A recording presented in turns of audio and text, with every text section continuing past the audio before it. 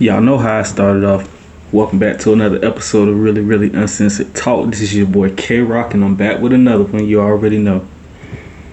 Now, before I get started today, I just want to tell everybody happy evening.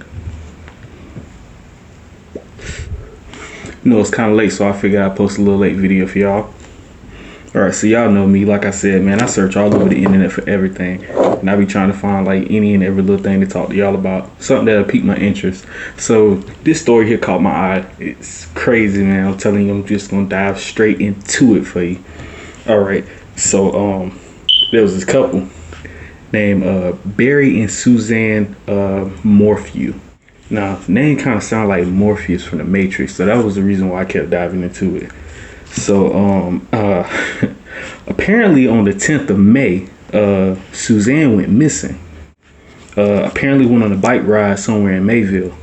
Now the police were able to find her personal belongings and also the bike, but they still haven't found her body. Okay. So after the wife went missing, you know, the husband made a public announcement, you know, pleading for, you know, his wife to come back, or, you know, yada yada yada, you know, the usual. And oddly, he ended up submitting a presidential ballot during last year's election, in his wife's name, and put on the ballot that he was the witness to it, although the ballot was not signed by his wife, who, I remind you, was missing. So there was a report that was investigated by the Chaffee County investigators. There was a report of voter fraud, and it stated that they got a ballot from a missing person, and her name was Suzanne Morphew. And like I said, he listed himself as a witness on the ballot. Ooh, went out. Okay, but besides that, he was recently taken into custody on May 5th. His wife went missing May 10th, 2020. So he was taken in 5 days before the 1 year anniversary disappearance of his wife. So he was taken into custody on May 5th, and he was also charged with first degree murder on May 5th as well. So also on the 12th, he was charged with other charges, including tampering with evidence, and also it was attempt to influence public servant. I guess that has something to do with the fraud ballot that he put in his wife's name.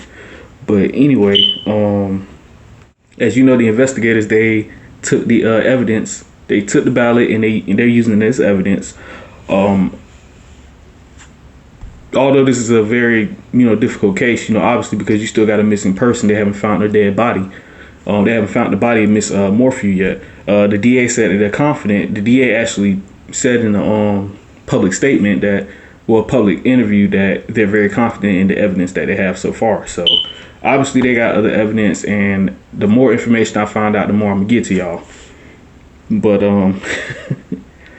the thing that gets me the most about this whole article is the reason why he submitted the ballot, which I guess he voted for Trump and put on his wife's ballot to vote for Trump as well.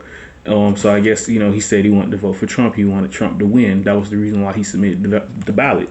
And what got me, and how I feel he kind of told on himself, because in a statement he made, he said that he knew anyway that his wife was going to vote for Trump.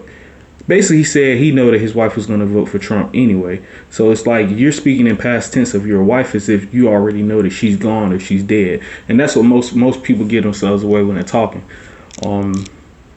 So I thought that was very interesting for him to say that. But yeah, it's just crazy, you know. This guy, you know, pretty much implicated himself in a murder, all because he wanted Trump to win. And to be quite honest, I mean, I don't know if there was any investigations into this man prior. Usually, you know, in a situation where your wife goes missing, the husband's always the first person to get looked at in the case anyway, because that's usually the first person that they want to exonerate. You know what I mean? or say, okay, well, we've proven that you're innocent in this matter. But in his case, he kind of gave himself away. You know, who's to say that if he didn't do this, would there even be a case? You guys give me your comments on it, your input. Let me know what you guys think, man. I just thought that this is really interesting to talk to you guys about, and and it's crazy, man. This it's a lot of crazy stuff that's going around.